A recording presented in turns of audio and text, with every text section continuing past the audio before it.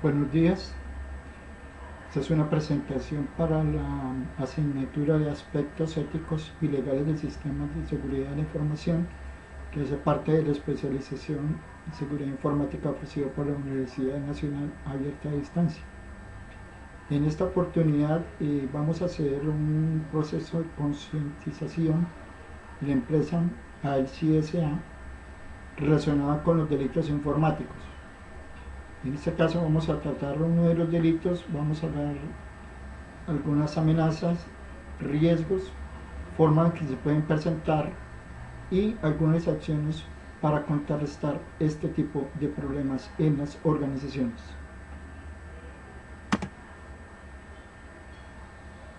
Inicialmente vamos a tratar el tema de acceso al uso del sistema informático. Un par de conceptos. Primero que todo, es considerado una de las principales amenazas de la seguridad informática. Y la razón por la cual es básicamente porque los hackers tienen como objetivo averiguar el nivel de seguridad de aplicaciones, el nivel de seguridad que tiene un sistema informático, y esa es una de las razones por la cual se lleva a cabo a este tipo de delito. Primero, para medir el nivel de seguridad que ven los sistemas, y adicionalmente para mostrar sus habilidades para infringir o detectar esas medidas existentes en los sistemas. Adicionalmente a ello, pueden constituir una conducta peligrosa relacionada con la comisión de delitos más graves tipificados que afectan la integridad, la disponibilidad y la intimidad de los datos y los sistemas informáticos. La ley que cobija este delito es la reconocida como la 1273 del año 2009, la cual lleva por título Ley de la Protección de la Información y de los Datos. El artículo es el 269 inciso A, y lo que hace referencia es que cualquier persona que sin autorización acceda a todo o a parte de un sistema informático o protegido o no protegido con sistema de seguridad y se mantenga dentro de él sin la previa autorización de la persona que tiene los derechos a hacer uso del mismo, incurrirá en una pena de 48 a 96 meses y una multa entre 100 a 1000 salarios mínimos legales mensuales vigentes. Las acciones que se pueden hacer, inicialmente los hackers empiezan con ese trabajo, el acceso al sistema, pero después de tener el acceso se pueden presentar diferentes tipos de ataques. Vamos a tratar de nombrar algunos de ellos. Primero se llama el sabotaje informático, que lo que hace es, básicamente su razón de ser es borrar, eliminar o cambiar sin autorización datos o funciones de la computadora con la intención de obstaculizar su normal funcionamiento. El segundo sería el fraude informático, que supone el cambio de datos o alteración de datos o informaciones contenidas en el equipo en cualquiera de sus fases de procesamiento y cuya finalidad es el lucro y el daño a terceros. El tercero es el espionaje informático o fuga de datos, consiste en obtener de forma no autorizada datos de un archivo automatizado en virtud de la cual se produce una violación de reserva o secreto de información de un sistema informático. ¿Qué tipo de amenazas se pueden presentar con este tipo de delitos? Primero, inicialmente, la amenaza contra la integridad del sistema. Se hace uso negligente o incorrecto, los siniestros, los daños físicos del sistema, el uso no autorizado del mismo, el sabotaje entendido como el acto deliberado de alterar el funcionamiento normal del sistema. Estas pueden ser deliberadas o pueden ser intencionadas. Otra de las amenazas es la intrusión o la entrada no autorizada o indebida al sistema. Es conocido también como un proceso de penetración al sistema. Y los virus informáticos. Esto desde el punto de vista de las amenazas que nos pueden traer este tipo de delitos. Los efectos de estas amenazas, vamos a hablar un poco de esos efectos. sea, lo que nos puede traer consigo. Inicialmente la revelación o el divulgamiento de información confidencial o no autorizada. Segundo, la destrucción de la misma. Tercero, la utilización indebida de los servicios del sistema. Los daños físicos que pueda presentar el sistema. La degradación del mismo y la denegación de acceso a usuarios autorizados, denegación de servicios.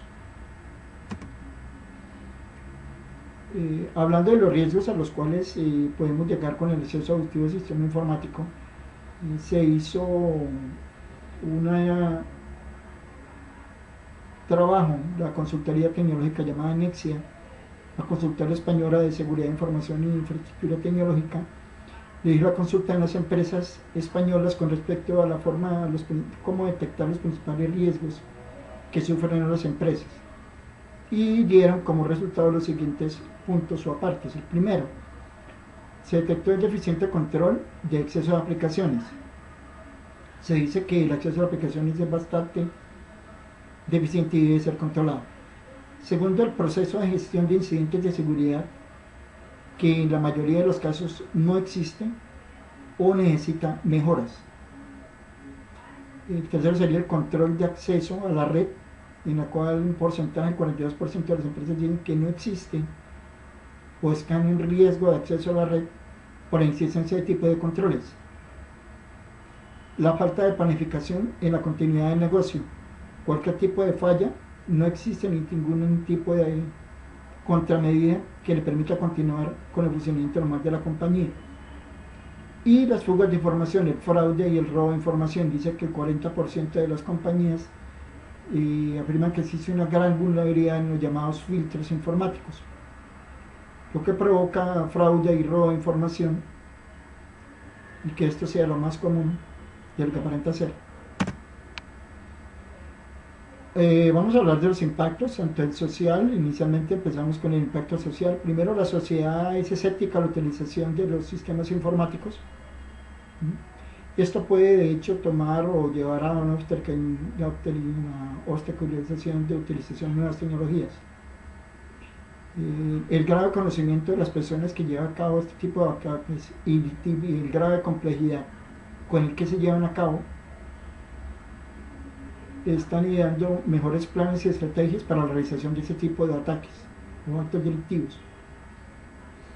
Tercero, las empresas que tienen o que manejan activos informáticos importantes, su personal en los últimos años, el personal que trabaja en el área de tecnología es estudiado con mayor detención, me refiero a la parte de contratación, y esto afecta la sociedad, parte laboral del país.